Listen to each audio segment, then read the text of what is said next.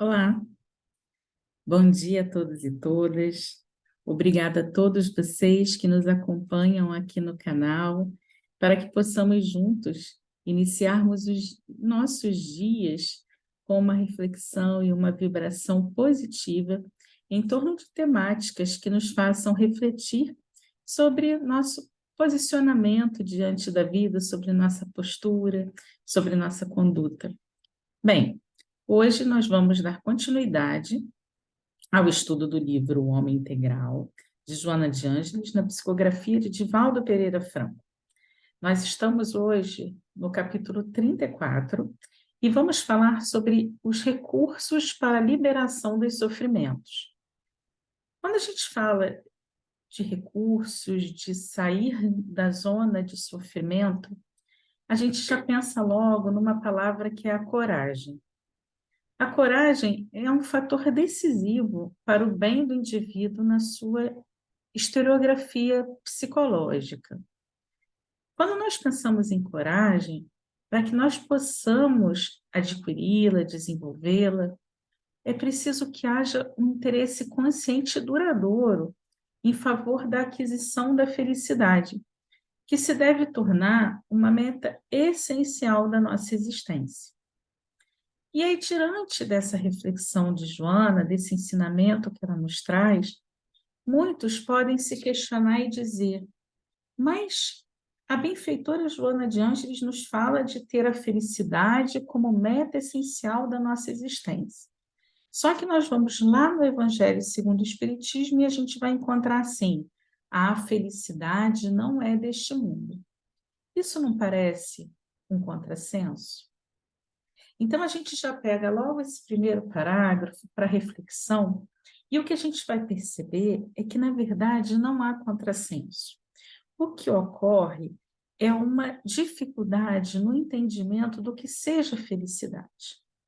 Muitos de nós, ainda prisioneiros da matéria, dos bens materiais, acreditamos que ter felicidade é adquirir coisas, acumular coisas, conquistar coisas. Entretanto, a felicidade está justamente em se viver bem com os recursos que se dispõe, nas condições em que é possível.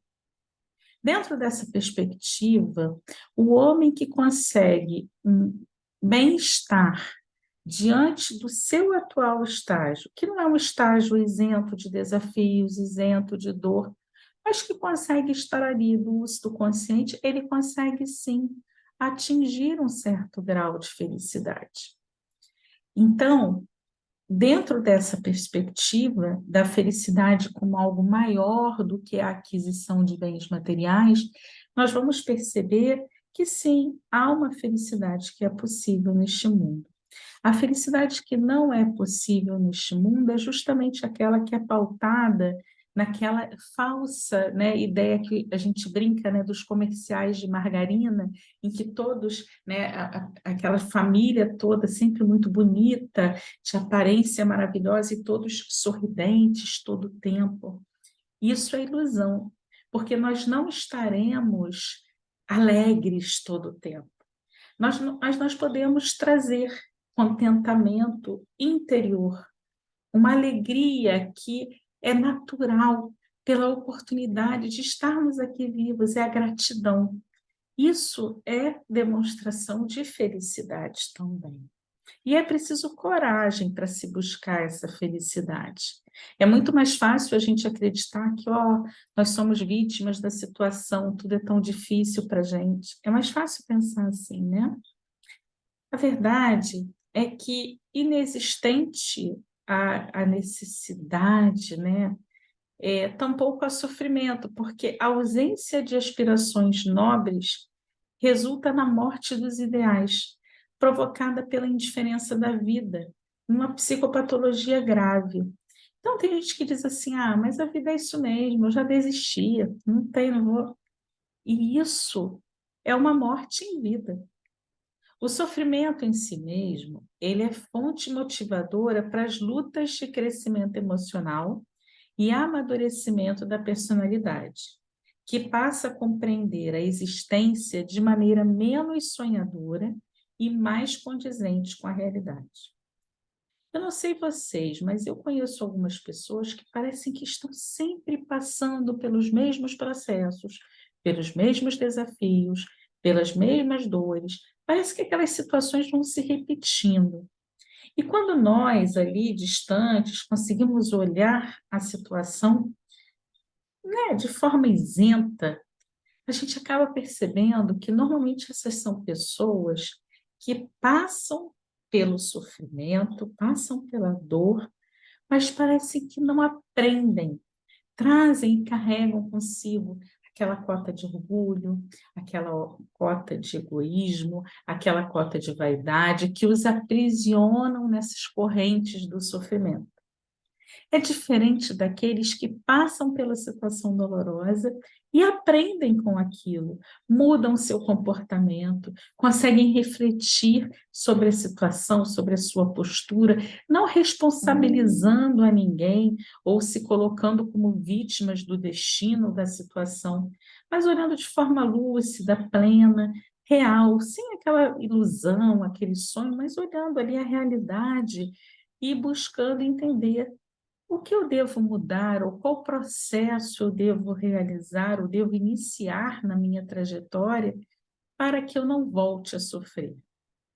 A gente não tem que perguntar por que comigo, a gente tem que perguntar como eu devo me modificar, o que deve ser trabalhado internamente em mim para que esse sofrimento não seja mais despertado em meu coração. Os jogos e as ilusões da idade infantil, quando superados, dão ensejo a uma integração consciente do indivíduo no grupo social no qual se encontra, fomentando o esforço pelo bem dos demais, por saber-se um membro valioso e entender por experiência pessoal os gravames que a dor proporciona. E, não obstante essa experiência lúcida, sabe que o esforço a envidar para liberar-se dos sofrimentos é, por sua vez, uma conquista da inteligência e do sentimento postos a serviço da sua realização pessoal e comunitária. Na maior parte dos métodos, a vontade do paciente prevalece como fator de alta importância, excetuando-se os referidos sofrimentos por sofrimentos, e mesmo em grande parte deles a reflexão bem direcionada gera uma psicosfera de paz renovadora, que o envolve e o alimenta, levando à liberação deles. É diante disso que Joana, então, vai relacionar para nós, nesse capítulo, algumas fases do que ela chama de uma terapia liberativa. E a primeira dessas fases que ela nos propõe é que nós possamos considerar todos os indivíduos como dignos de serem amados e tomar por modelo alguém que o ama e se lhe dedica, por isto mesmo, credor de receber todo o afeto. Esse sentimento, né, sem apego nem interesse gerador de emoções perturbadoras, desarma o indivíduo de suspeitas, de ansiedades, de medos, ao mesmo tempo dirimindo as incompreensões de outrem e desarticulando quaisquer planos infelizes. Uma visão favorável que se tenha sobre alguém dilui as nuvens densas que lhe obscurecem a personalidade, facultando um relacionamento positivo. A não reação à agressividade do outro desmantela-lhe a couraça de prepotência na qual se oculta. Se a resposta é otimista e sem azedume, conquista-o para um intercâmbio útil, ampliando-lhe o círculo das expressões afetivas. Logo, esse sentimento vai contribuir para anular os efeitos do sofrimento moral e dissipar algumas, se não todas, as suas causas perturbadoras. O ato de ver bem as demais pessoas torna-se um hábito terapêutico preventivo em relação às agressões do meio ambiente, dos companheiros, constituindo um encorajamento para a luta libertadora. O cultivo, a expansão de ideias e conceitos edificantes apagam o incêndio teado pelo pessimismo da maledicência, da inveja, da calúnia, tornando respirável a atmosfera social do grupo onde o homem se localiza. Então, diante desse primeiro, né, passo que Joana nos sugere, que é justamente olhar com afeto para o outro, nós vamos encontrar um segundo movimento, que é justamente a identificação e o estímulo a traços de bondade do caráter alheio. Não há solo, por mais sáfaro que tratado, não permita o vicejar de plantas. Em todo sentimento, existem terras férteis para a bondade, mesmo quando essas terras estão ali cobertas por pedregulhos. Um trabalho, breve que seja, afastando o impedimento, e logo esplendem os recursos próprios para a sementeira da esperança. Os indivíduos que se notabilizavam pela maldade na vida privada e no seu círculo social revelavam-se bondosos e gentis quando amados pela família e pelo grupo, mesmo conhecendo-lhes as atrocidades em que eram exímios. A maldade sistemática, a impiedade, o temperamento hostil revelam as personalidades psicopatas que antes necessitam da nossa ajuda ao invés do reproche. Eu costumo dizer que diante daquele nosso irmão mais equivocado, mais agressivo, mais arredio, nós devemos nos posicionar com o maior amor que pudermos ofertar. Porque o comportamento de muitos desses nossos irmãos é como se fosse um grito de socorro a dizer: eu nunca fui amado. Me ame, me faça sentir que eu sou amado por alguém, que eu sou parte desse mundo, que há amorosidade, gentileza, acolhimento neste mundo. Mesmo nas crianças, muitas vezes aquela criança mais difícil é aquela que necessita mais do nosso amor. Porque muitas vezes é aquela criança que é um espírito que já vem de experiências anteriores em que nunca recebera amor suficiente, nunca fora suficientemente acolhida em suas necessidades. E aí é dentro de uma perspectiva psicológica em que o indivíduo se coloca assim: para que o mundo não me agrida, eu agrido primeiro, para que eu não sofra. Então eu me torno refratário, eu me torno agressivo, eu me torno... Mas à medida que eu me sinto acolhido, que eu me sinto amado, essa postura vai se modificando. E a bondade que fica ali latente, aguarda esse momento de se manifestar e predominar, e muda o comportamento. Com tal atitude, quando nós passamos a olhar para o outro, buscando encontrar ali a bondade, a gente consegue superar o sofrimento, especialmente aquele que tem a procedência moral. Um terceiro passo que Joana nos ensina é que nós possamos aplicar a compaixão quando formos agredidos. Isso é difícil, né? Imagina, alguém vai lá, nos agride, eu vou dizer: mas uma reação de pesar ante o ato infeliz produz um efeito positivo no agressor. Proporciona equilíbrio à vítima, que não desce a faixa vibratória violenta em que o outro se demora. Impede a sintonia com a cólera e os seus famanazes, impossibilitando a instalação de enfermidades nervosas e distúrbios gastrointestinais e outros, face à não absorção de energias deletérias. A compaixão dinâmica, aquela que vai além da piedade, buscando ajudar o infrator, expressa bondade e se enriquece da paixão participativa que levanta o caído, embora seja ele o perturbador. Essa conduta ela impede que se instale o sofrimento na criatura. E, por fim, Joana nos recomenda que o amor seja uma constante em nossa existência. Há em tudo, em todos os seres, a presença do amor.